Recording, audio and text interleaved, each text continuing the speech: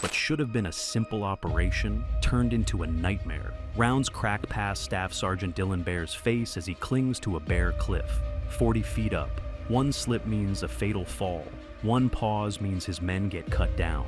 Below, 11 Green Berets and 100 Afghan commandos are strung along the rock, exposed and boxed in, when the valley erupts from every angle. Contact left, contact right, contact everywhere. An Afghan commando slips, drops 20 feet, slams the wall. Teammates claw him back by the harness as an RPG detonates overhead, raining stone and dust down the line. In the middle, Master Sergeant Scott Ford tries to stitch a response, but this is an ambush on a ladder. One hand gripping granite, the other trying to shoot. The enemy timed it for the choke point and sprung the trap. The stakes are simple and brutal. Move and fall, freeze and get torn apart. The climb has become a kill zone. Shok Valley sits in Nuristan province in northeast Afghanistan, close to the Pakistan border. It's a hard place. High altitude, steep cliffs, houses carved into rock, and paths that are barely wider than a boot. In April 2008, a small team of U.S. Army Green Berets from ODA 3336 went there with Afghan commandos to hit a high-value target from Hezb-e Islami Gulbuddin, a major insurgent group in the east. Taking this leader off the board would disrupt a network that ran fighters, weapons, and attacks across the region. The enemy knew this ground better than anyone, and they were ready. Roughly 200 fighters at the start, with more moving in as the battle grew. That's the setting, that's why this mattered, and that's why what happened next turned into one of the most decorated fights since Vietnam.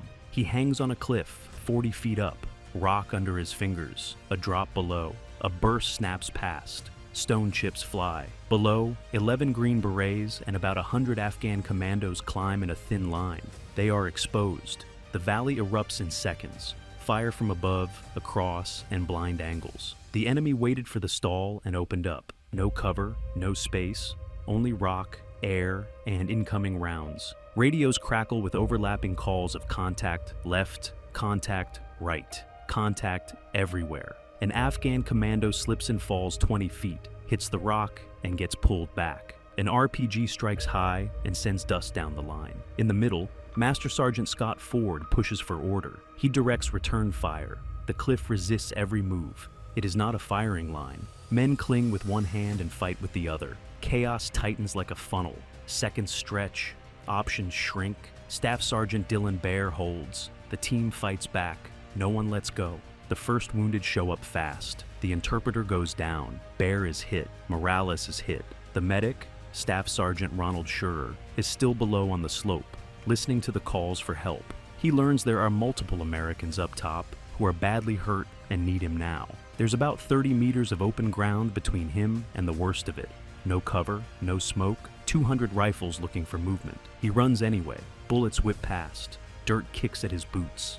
He makes it, and then he turns that ledge into a small aid station under fire. Tourniquets, airways, bleeding control, calm hands, steady voice. Overhead, help is coming, but it is not simple. Technical Sergeant Zachary Reiner, the Air Force combat controller, has to bring in bombs and gun runs on a mountain where the enemy is above the team and the team is stuck on a wall. Every mistake could kill a friendly. Reiner starts cautious, danger close at 100 meters, then walks the bombs in tighter. 80, then 60. Fast jets scream over the valley. 500-pound bombs slam into enemy firing points. The mountain shakes. Shrapnel sprinkles the team. The enemy keeps shooting.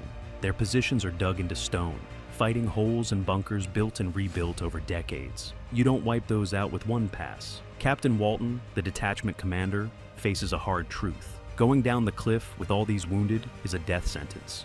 Pushing up into fortified positions might be worse. Staying put means more fighters arrive and angles get worse. He tells Reiner to bring it closer. How close? On us? The next bomb erases a building above their heads. The blast slams the team into the rock and rolls a wave of dust down the face. When it clears, the fire is lighter, but not gone. The enemy has more than one nest. Sergeant First Class Seth Howard, the team's sniper, knows they need a better angle. He claws his way to a small perch higher on the slope to see over the worst of the enemy cover. From there, he starts cutting out key threats. An RPG gunner getting ready to fire again.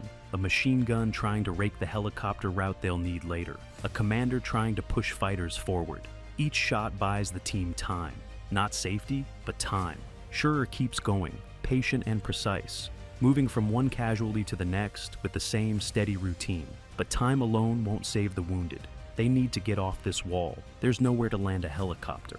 The only choice is brutal. Carry the casualties back down to a point where a bird can hover and hoist them up while everyone is still under fire. Sergeant Matthew Williams decides he's not waiting.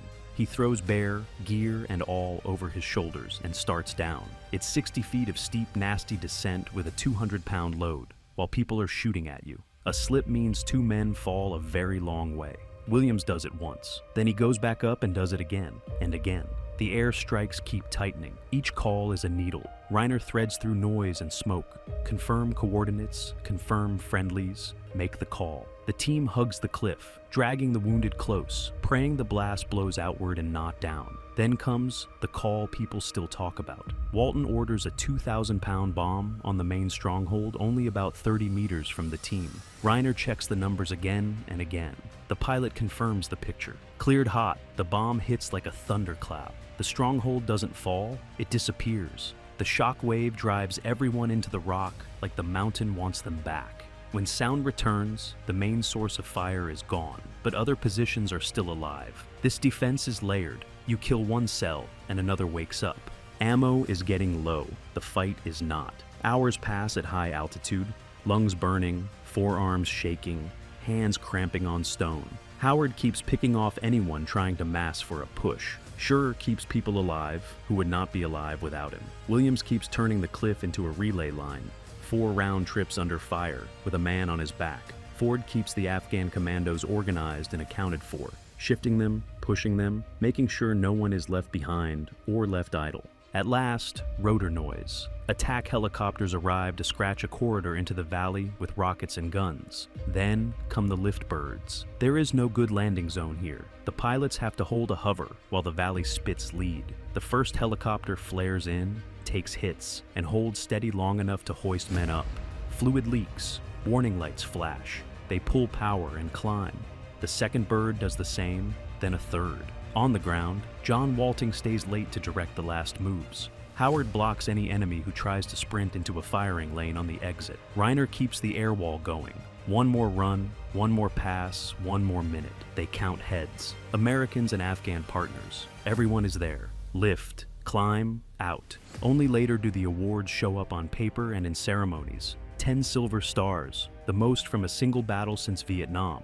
An Air Force Cross for Reiner, medals of honor for Schurrer and Williams, the medic who ran into open ground and worked under fire for hours, and the sergeant who kept carrying men down a cliff while the world tried to kill him. But in the cabin, as the birds climb and the valley finally shrinks, there's only breath, shock, and quiet. No speeches, just the knowledge that a small team went after a major target in one of the hardest places in Afghanistan, got ambushed by a force that outnumbered them many times over, fought for 7 hours pinned to a wall, and still brought everyone out. If you're new to this story, here's the simple version. Where did it happen?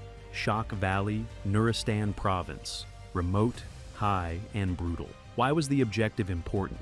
A senior leader from a powerful insurgent group used that valley as a safe base. Taking him down would weaken attacks across the east. How many enemy fighters were there? Around 200 to start, with more moving in as the sound of gunfire spread. What made it so hard? A vertical approach, no cover, enemy above you, and positions dug into rock that had been used for years. How did they get out? By calling bombs almost on top of themselves, by pushing a sniper into a perch to blunt enemy pushes, by a medic who kept men alive under fire, by a sergeant who carried the wounded down a cliff, by air crews who hovered in a storm of bullets, and by a commander who made terrible, necessary calls and owned them. People will debate the plan forever. That's what people do after hard fights. But plans don't carry a teammate when the cliff turns to glass. Plans don't tie a tourniquet with one hand, while the other hand shields a face from falling rock. Plans don't hold a hover with warning lights on, while a valley tries to tear your helicopter apart. People do. And on that day, in that place, those people chose the hard thing again and again, until the only thing left was to go home. This is why the Shok Valley ambush still matters. It shows what a small team can endure and still win in the most basic way, by refusing to leave anyone behind. No big speeches, no grand victory parade, just choices, stacked one on another, paid for in sweat and nerve and sometimes blood, until the rotors beat the thin air and the men inside, bruised and spent, look at each other and understand exactly what they just did.